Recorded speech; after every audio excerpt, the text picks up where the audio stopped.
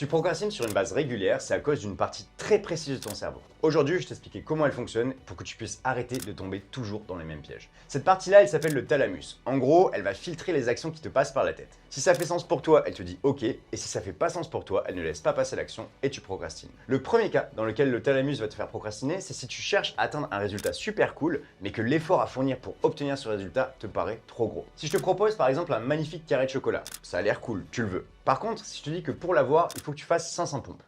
500 pompes pour un carré de chocolat, ça ne fait aucun sens. Dans ce cas-là, tu auras la flemme et tu vas pas le faire. C'est le cas pour toutes les fois où il y a quelque chose qui t'attire à fond, comme devenir indépendant ou encore partir en voyage, mais qu'en vérité, ça te paraît trop éloigné de ta réalité pour pouvoir te lancer. Ton thalamus va te faire procrastiner en te trouvant des excuses. Le second cas dans lequel le thalamus va te faire procrastiner, c'est quand il y a un truc facile à atteindre mais qui ne t'intéresse pas vraiment.